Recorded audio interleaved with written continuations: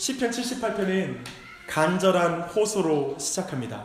한번 1절을 다 함께 읽어보겠습니다. 시작. 내 백성이여 내 율법을 들으며 내 입의 말에 귀를 기울일지어다.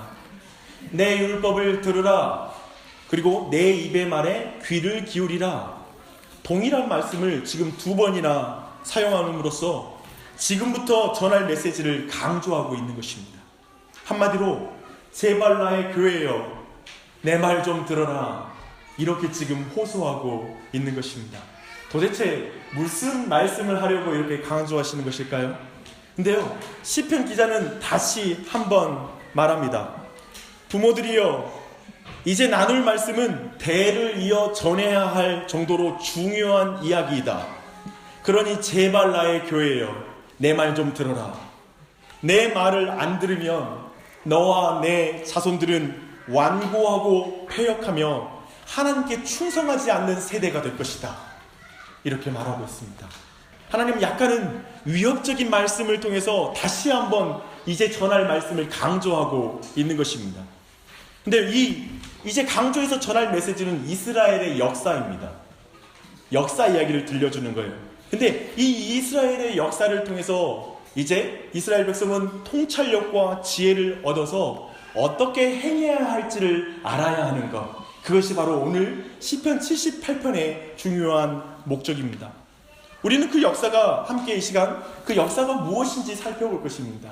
그리고 그 역사가 또한 우리에게 어떤 의미인지 살펴보는 게 오늘 설교의 내용이 되겠습니다. 그러나 시편 기자는 아직 이 정도 2번 정도 강조했으면 되는데 본론으로 안 들어가요. 9절부터 11절에서 또 한 번 강조해요. 뭐라고 말하냐면, 에브라임 자손으로 대표되는 저 북이스라엘은 전쟁을 치를 무기를 가지고 있었지만 허망하게 멸망했다. 왜냐고? 그들은 무기를 가졌지만 진정한 무기인 역사를 망각했기 때문이다. 이스라엘의 전쟁에서 최고의 무기는 하나님을 기억하는 것이다. 그러나 하나님을 기억하지 않으면 이스라엘의 전쟁은 실패하고 만다, 라고 말하는 것입니다. 오늘 여러분 모두에게 이 이스라엘의 역사의 기억이 마음에 새겨지길 바랍니다. 그리고 그것을 내 자손들에게 말해주는, 전달해주는 그 일을 잘 수행하길 바랍니다. 오늘 이걸 통해 하나님의 은혜를 받을 텐데요, 3번이나 강조했어요. 1절부터 이 11절 안에 이 3번이나 강조한 말씀이 무엇인지를 이제부터 차근차근 살펴보도록 하겠습니다. 이제 함께 첫 번째는 하나님께서 베푸신 기적을 먼저 알아보는데요, 12절 말씀 함께 읽겠습니다. 시작. 옛적에 하나님이 애굽 땅 소환들에서 기이한 일을 그들의 조상들의 목전에서 행하셨을 때, 이제 대대로 전해져야 될 이야기는 BC 15세기경에 있었던 이제 출애굽 사건입니다. 이스라엘 백성이 애굽에서 나오는 것으로 이제 시작하는 것이죠. 당시 이스라엘 뒤에는 애굽의 철병거가 따라오고 있었고, 이스라엘 백성의 앞에는 홍해 바다가 앞을 막고 있었습니다. 즉 뒤에는 이스라엘 백성을 칠 칼이 삼키려고 다가오고 있었고, 앞에는 이스라엘을 다 먹어 삼킬 그 물이 기다리고 있었던 것입니다. 쉽게 말하면 이스라엘 백성은 스스로 죽음을 피할 수 없는 상황 가운데 있었던 것입니다. 도저히 살 길이 없습니다. 그런데 하나님께서는 도저히 살 길이 없는데 죽음을 가르고 거기에 생명의 길을 냅니다. 그리고 그 백성으로 하여금 그 길 위를 걷게 하십니다. 사실 이 길은 하나님 자신입니다. 하나님의 길, 하나님 위를 밟고 그들은 지나가는 것입니다. 그래서 구원을 받게 됩니다. 그리고 계속 이루어지는 이야기는 구원 그 이후에 하나님은 이스라엘 백성을 낮에는 구름으로 밤에는 불빛으로 인도하였다라고 말하고 있습니다. 구원만 한 게 아니라 인도까지 한 것입니다. 광야에서 때로는 반석을 쪼개어서 아주 시원한 물을 흡족하게 마시게 했다라는 표현을 씁니다. 흡족하게요.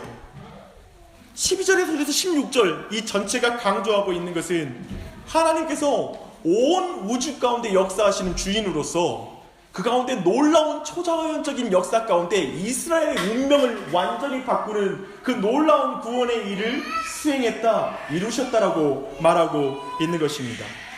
여러분, 이제 하나님의 이 놀라운 구원의 역사는 어떻게 이어질까요? 17절을 읽겠습니다. 시작. 그들은 계속해서 하나님께 범죄하며 메마른 땅에서 지존자를 배반하였도다. 반전이 일어납니다. 하나님께서는 그들을 위해서 연속적으로 구원의 일을 행하시고 인도하시고 놀랍게 공급하세요. 초자연적으로 운명을 바꾸셨어요. 죽음에서 생명으로, 노예에서 하나님의 자녀로 완전히 신분을 바꾼 거예요. 근데 하나님께서 연속적으로 역사를 경험한 그들은 계속해서 하나님께 범죄했다라고 말합니다. 이 표현을 보세요. 계속해서. 그들은 개역개정에는 탐욕대로 하나님께 죄를 범하였다는 표현을 쓰고 있습니다. 근데 그 탐욕은 뭐냐면, 쉽게 말하면 식욕을 이기지 못하고 음식을 구하여 하나님을 시험하였다는 말입니다. 식욕을 이기지 못하는 거예요. 이렇게 말하는 거죠. 하나님, 홍해를 갈라 구원을 행하셨다는 것은 과거일 뿐이죠. 지금 내 현실에 그것이 무슨 의미가 있습니까? 솔직히 반석을 쳐서 물만 주는 것이 무슨 의미가 있어요? 하나님, 저는 물만 먹고는 못 삽니다. 저는 물고기가 아니에요. 하나님이라면 능히 떡도 주고 고기도 줘야 하는 거 아닙니까? 이제 이렇게 말하는 것이죠. 이스라엘은 죽음에서 생명으로 옮긴 구원에 감사하고 기뻐하라는 그 잡히지 않는 말씀을 이제 그만하라고 말하는 것입니다. 우리도 그러잖아요. 2000년 전에 예수가 나를 위해서 죽었다, 그리고 모든 구원의 일을 행했다는 게 그게 무슨 의미입니까? 지금 먹고 사는 문제를 해결해 주는 게 맞지 않습니까? 영혼의 구원이 아닌 저는 현실적 구원이 필요합니다. 제발 영원한 운명을 바꾸지 말고 오늘 순간을 바꿔주세요. 이게 오늘날 현대를 살아가는 많은 그리스도인들이 말하는 것이고, 아마도 기독교 신앙에 대해서 외부에서 바라보는 것 또한 그럴 것입니다. 야, 영생 얻었다고 말하지 말고 너나 잘 살아, 이렇게 말하는 것이죠. 하나님은 여러분이 하나님이면 어떻게 반응하시겠습니까? 이렇게 말하면 하나님의 반응이 어떤지 한번 살펴볼게요. 21절 22절입니다. 시작. 그러므로 여호와께서 듣고 노하셨으며 야곱에게 불같이 노하셨고 또한 이스라엘에게 진노가 불타올랐으니 이는 하나님을 믿지 아니하며 그의 구원을 의지하지 아니한 때문이로다. 말하고 있어요. 노하셨습니다. 불같이 노하셨습니다.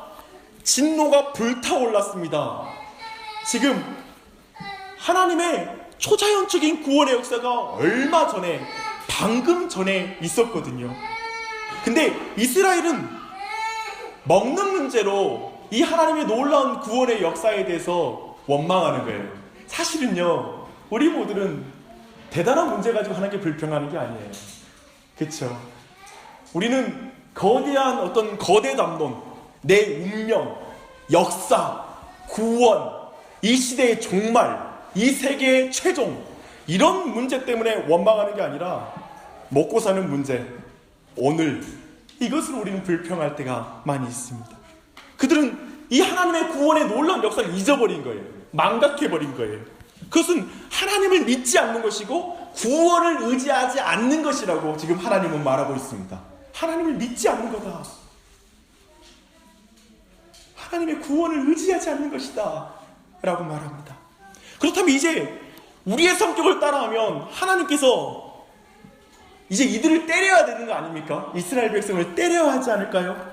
23절로 24절 봐봐요. 함께 있습니다. 그러나 그가 위의 궁창을 명령하시며 하늘의 문을 여시고 그들에게 만나를 비같이 내려 먹이시며 하늘 양식을 그들에게 주셨나니, 여기 특별히 표현을 읽었습니다. 하늘 문을 여시고, 쉽게 말하면 하늘의 창고를 여셨어요. 하나님을 믿지 않고 하나님의 구원을 의지하지 않는 홍해 사건을 경험한 그 백성들에게 하나님은 하늘 창고를 여셨어요. 그리고 만나를 비같이라는 표현을 써요. 비같이 내렸다. 그리고 그들을 먹이셨다라고 말하고 있습니다. 성경은 이것이 하늘 양식이라고 그래요. 하늘 양식. 놀라운 양식이죠. 근데 이 먹는 것으로 원망했으면 굶겨 죽여야 되는데 하나님이 먹이십니다. 그것도 비같이 내렸다고 말하고 충족히 주셨다는 또한 표현도 있습니다. 그리고 이스라엘 백성은 그것을 먹고 심히 배불렀다고 말하고 있습니다. 또 다른 표현은 또 뭐냐면 그들이 하나님이 인색하게 주지 않고 그들의 원대로 주셨다고 표현합니다. 지금 이 몇 절 안에 표현된 것이 느껴지세요? 먹는 것으로 불평하는데 하나님이 원대로 충족하게 충분히 배불리 먹도록 하나님은 그들에게 또 자비를 베푸시는 것입니다. 이스라엘 백성은 하나님의 이야기를, 하나님의 역사를 반전시켰는데 하나님은 또다시 그 이야기를 반전시켜 나갑니다. 이게 바로 이스라엘의 역사였던 것이죠. 그런데요, 이 놀라운 기적 앞에 다시 30절의 말씀을 함께 보도록 하겠습니다. 이스라엘 백성은 또 어떻게 행할까요? 다 함께 읽습니다. 그러나 그들이 그들의 욕심을 버리지 아니하여 그들의 먹을 것이 아직 그들의 입에 있을 때, 지금 뭔 말입니까? 여전히 그랬는데도 여전히 이스라엘 백성은 욕심을 버리지 않은 거예요. 욕심을 버리지 않았다라는 이 성경의 의미는 뭘까요? 그 의미가 32절과 연관이 있습니다. 시작. 이러함에도 그들은 여전히 범죄하여 그의 기이한 일들을 믿지 아니하였으므로. 언뜻 지금 이 두 가지가 확 여러분 안에 연결이 되지 않을 텐데요, 제가 차근차근 설명해 드릴게요. 이스라엘을 미리 믿지 않은 이 기이한 일은 하늘에서 내려온 양식과 관련이 있습니다. 만나와 관련이 있는 이야기예요. 무슨 말이냐면 우리가 알다시피 만나의 규정은 이거예요. 매일 가정마다 필요한 만큼 거두는 거예요. 그러나 그 다음날 아침까지 남기면 냄새나고 썩어버리는 거예요. 그리고 또 한 가지, 이제 6일 동안 하다가 안식일 전날에는 이틀치를 거두어서 다음날 안식일날 나가면 안 됐어요. 근데 이스라엘 백성의 일부는 안식일 날에도 다시 나가서 더 거두려고 하고 그 전날 다음날치까지 충분히 거두려고 하나님께 불순종하는 모습이 나타납니다. 이 말, 이것이 바로 성경이 말하는 욕심이에요. 하나님께서 하나님의 말씀대로 약속하시고 그 말씀에 순종하여 양식을 얻는 것이 아니라 자기의 생각과 자기의 의지를 가지고 자신의 인생을 디자인하고 자신의 가정의 창고를 채우려고 하는 것이 욕심이다 라고 성경은 말하고 있는 것입니다. 하나님은 이렇게 말해요. 내 교회여, 너희의 삶을 돌아보라. 내가 준 수많은 만나가 내 삶에 넘친다. 그쵸? 내 삶에 나의 공급함이 있는데 너는 이 사실을 믿지 못하고 내게 감사하지 않는구나. 그 모든 것이 내 수고와 지혜의 결과라고 생각하는구나. 내 교회여, 내 말을 들으라. 내 말을 듣지 않고 스스로 주인이 되어 사는 사람에게는 내가 복을 주어도 만족하지 못한단다. 이스라엘은 하나님을 믿지 못하고 스스로 기준이 되어 욕심을 부린 결과 그들은 광야에서 40년 동안 세월을 허비하고 방황하고 두려움으로 보냈단다. 이것을 기억하라. 어쩌면 우리의 인생을 내 자신이 디자인해 나갈 때 우리는 지금 느끼는 느낌, 어쩌면 끊임없이 만족하지 못하고 뭔가 공허하고 열심히는 살고 있고 꾀를 부려 살기도 하고 최선을 다해 살지만 만족하지 못하는 그 깊은 내적인 고공함 가운데 시달린다라고 말하는 것입니다. 사실 인생이 별건가요? 그래서 어느 순간 헛되고 헛돼 나이 다 들고 나서 그렇게 말하는 사람들도 많은 것 같습니다. 이것입니다. 이게 바로 하나님의 진노입니다. 그냥 헛되게 살게 내버려 두는 것. 근데요, 이제 이스라엘의 역사는 그럼 어떻게 될까요? 이렇게 40년을 돌고 죽는 것입니까?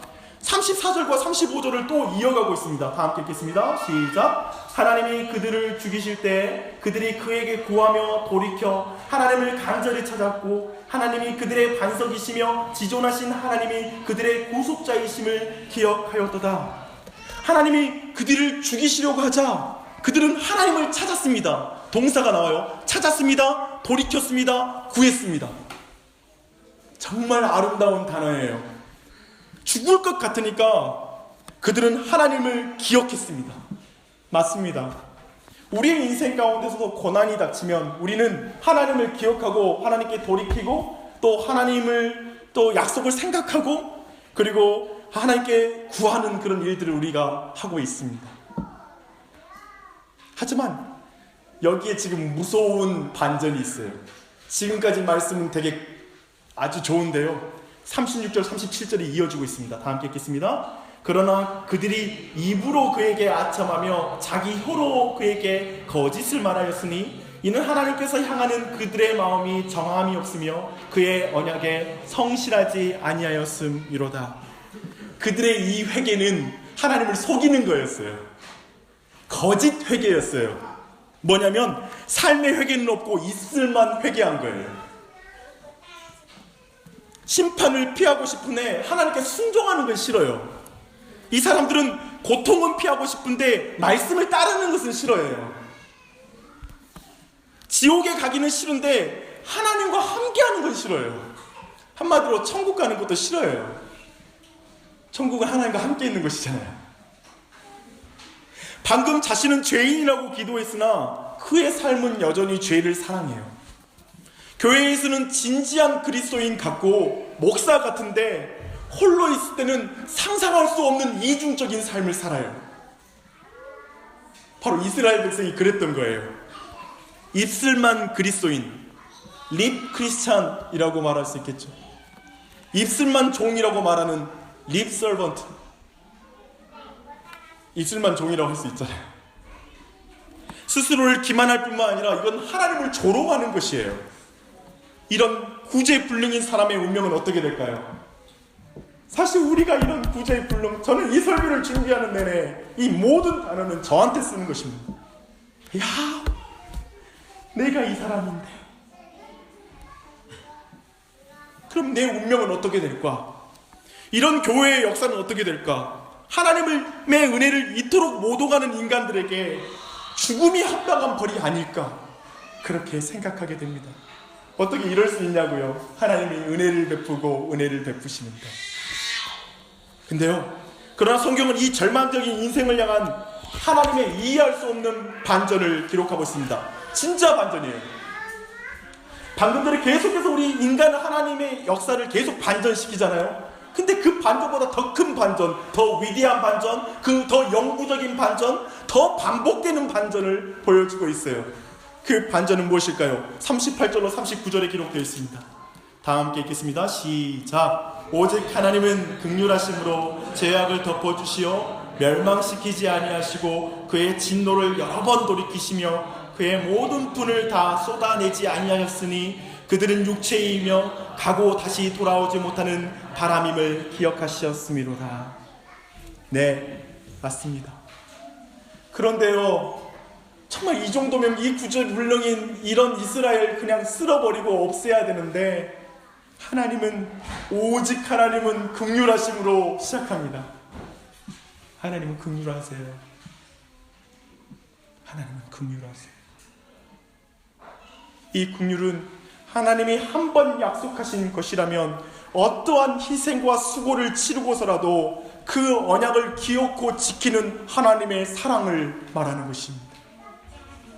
이 세상에 가장 무섭고 집요한 사랑, 포기를 모르는 사랑, 그 사랑이 바로 이 긍휼입니다.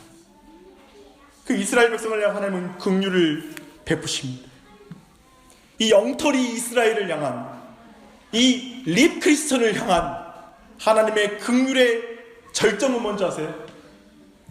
하나님의 긍휼의 절정, 그리고 하나님의 긍휼의 가장 분명한 증거는 뭐냐면 70절과 72절에 나와요. 다 함께 읽겠습니다. 시작. 또 그의 종 다윗을 택하시되 양의 우리에서 취하시며 전양을 지키는 중에 그를 이끌어내사 그의 백성인 야곱 그의 소유인 이스라엘을 기르게 하셨나니 이에 그가 그들을 자기 마음의 완전함으로 기르고 그의 손의 능숙함으로 그들을 지도하셨도다. 맞죠? 마지막 반전의 결정은 이스라엘에서 참 목자를 세우는 거예요. 이 불순종하고 반복적으로 실패하는 이스라엘 백성에게 진짜 목자를 세워서 그 진짜 목자의 손으로 이스라엘 백성을 기르는 거예요. 그게 바로 하나님의 긍휼의 절정이고 그리고 극치고 그리고 가장 분명한 증거예요. 아시다시피 이 다윗이 가리키고 있는 것은 다윗의 자손이신 예수 그리스도입니다. 바로 예수 그리스도는 참 목자가 되어 이스라엘 백성, 하나님을 반복해서 배역하고 하나님을 향하여 도전하는 이스라엘 백성을 향하여 하나님이 얼마나 신실하게 그들을 향하여 사랑하시고 언약을 이루시는지를 드러내는 것입니다. 이 예수 그리스도. 그렇다면 이 예수 그리스도를 통하여서 38편과 39절을 이렇게 해석할 수 있을 것입니다. 죽음이 합당한 죄인들의 죄악을 덮어주시고 죄인을 죽이지 않으셨습니다. 대신 예수 그리스도가 우리의 모든 죄악을 짊어지시고 십자가에 죽으셨습니다. 그래서 죽음을 가르고 죽음 가운데 구원의 길이 되셨습니다. 아멘. 돌이킨다고 입술로만 말하고 삶으로 돌이키지 않는 입술만 그리스도인을 향해 하나님은 여러 번 진노하셔야 하는데 그 진노를 돌이키셨습니다. 대신 하나님의 무서운 진노를 예수 그리스도께 단번에 부으셨습니다. 그리고 예수 그리스도는 참 만나가 되어서 우리에게 참된 생명을, 영원한 생명을 주십니다. 아멘. 전능하신 하나님을 기억하지 않는 연약한 우리를 하나님은 기억하셨습니다. 잊지 않으셨습니다. 그래서 죽을 수밖에 없는 연약한 인생을 대신해 우리 주 예수 그리스도가 죽으셨습니다. 참된 목자가 그 손에 못을 박히셨습니다. 그 옆구리에 창이 박히셨습니다. 그러나 그 예수님은 죽은 지 3일 만에 부활하여 바람은 가면 돌아오지 않고 인생은 가면 돌아오지 않는데 그분은 다시 부활하심으로 말미암아 우리의 구원의 첫 열매가 되셨습니다. 할렐루야. 이것에 감격 못하면, 이것에 벅차지 않아 못하면 우리에게 소망이 없습니다. 이제 말씀하십니다. 내 교회여 내 말 좀 들어라 라고 말하며 하신 78편 전체의 내용은 무엇을 강조하는 것일까요? 하나님이 시편 78편을 통해 부모들을 통해 자녀들에게 진짜 강조해야 될 이야기는 뭘까요? 그 이야기의 핵심은 뭘까요? 우리 자손을 세상의 풍조에 따르지 않고 거룩한 자손으로 세우는 그 이야기는 뭘까요? 그 이야기의 핵심은 뭘까요? 이것입니다. 이스라엘의 역사를 기억하라. 이스라엘의 반역에도 불구하고 그들에게 신실한 구주 예수 그리스도를 믿으라. 기억하라. 그분을 전하라. 인생의 위기 속에서 홍해 사건처럼 기막힌 구원을 체험했음에도 결국 먹고 사는 현실의 문제로 하나님을 신뢰하지 못할 때에도 자신의 살과 피로 당신을 먹이신 구원의 하나님을 기억하십시오. 영혼, 구원, 믿음, 기쁨, 영생, 십자가, 거룩, 심판이 허망해 보이고 그저 현실이 모든 것이 된 자신을 보며 내가 하나님을 믿는가? 내가 구원의 은혜와 감격이 있는가? 내가 그 사랑을 기억하고 있는가라고 냉소적으로 자신의 신앙을 볼 때에도 기억하십시오. 여전히 당신을 향해 두 팔을 벌리고 기다리시는 살아계신 예수 그리스도를 기억하십시오. 내 삶의 주인이 나라고 생각하며 자신의 삶의 만나를 스스로 확보하려고 백방으로 뛰며 수고하나 채워지지 않는 갈증과 공허함, 불만족과 실패감, 제어할 수 없는 두려움에 시달릴 때에도 당신을 회복하시기 위해 하나님의 말씀에 온종일 순종하신 예수 그리스도, 그리고 그 순종하시다 마지막에 십자가에 달려 죽으신 예수 그리스도, 다시 부활하사 우리를 구원의 첫 열매, 부활의 놀라운 소망을 주신 예수 그리스도를 기억하십시오. 하나님에 대한 아름다운 입술의 고백, 입술의 나눔, 입술의 토론만 있고 삶이 없는 자신을 말할 수 없는 아탄감과 속상함을 가지고 바라볼 때에도 긍휼을 온몸으로 보이신 예수 그리스도를 기억하십시오. 이분께 소망이 있습니다. 사랑하는 여러분, 저는 시편 78편을 보는 내내 가슴이 먹먹했습니다. 78편에서 제 눈에 띈 한 가지는 이스라엘의 반복된 실패입니다. 저는 반복된 실패가 제 신앙의 삶에서 제일 어렵습니다. 너무 반복되어서 내 자신이 하나님 앞에 한없이 한심해 보일 때가 있습니다. 결국 얼마나 많은 신자들이 자책과 한숨 속에 살고 있습니까? 저처럼 말입니다. 그저 내 의지 탓, 믿음이 없어서 탓, 내가 연약한 탓을 하며 우리는 그 반복된 죄의 실패함으로 말미암아 회개하는 게 짜증납니다. 회개 시간이 늘 부담이 됩니다. 해도 소용없을 텐데 결국 신앙에 남는 우리가 주목하는 건 나의 의지와 내가 할 수 있는 다짐이 내 신앙에 남아서 그저 계속 의지 박약의 신앙이라는 그 생각이 내 삶을 끊임없이 쫓아다닌 것입니다. 그런데요, 시편 78편에서는 이분을 보는 게, 이 지점을 보는 게 핵심이 아닙니다. 시편 78편에서 우리가 진짜 봐야 될 건 뭐냐면 반복적으로 실패하는 이스라엘에게 반복적으로 긍휼을 베푸시는 하나님입니다. 이 하나님을 보십시오. 이 하나님이 복음이요, 이 하나님이 성경이요, 이 하나님이 교회입니다. 다른 것은 없습니다. 그러므로 내 교회여 내 말 좀 들어라. 긍휼이 많은 나에게 나를 기억하라. 반복된 실패에도 나를 기억하라. 거듭된 실패로 긍휼을 구하는 입술이 부끄러울 때에도 나를 기억하라. 어떤 희생과 수고를 들여서라도 죄인을 구원하시는 예수 그리스도를 기억하라. 나는 여전히 여기에 그곳에 있다. 내 옆에. 그러니 내 자녀에게 나의 구원의 이야기를 들려줘라. 이것이 시편 78편입니다. 이 은혜가 여러분에게 있길 바라고 다시 한번 기억하고 오늘 특별히 세례를 받으시는 우리 자녀들 그리고 이 자리에 있는 모든 부모 안에 이 이야기를 내 자손에게 들려주리라. 내 대에 이게 끊어지지 않게 하리라.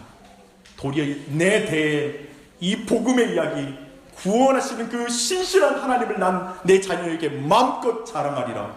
내 사명이 그것이다. 다시 회복의 은혜를 경험하며 그 일을 감당하시기를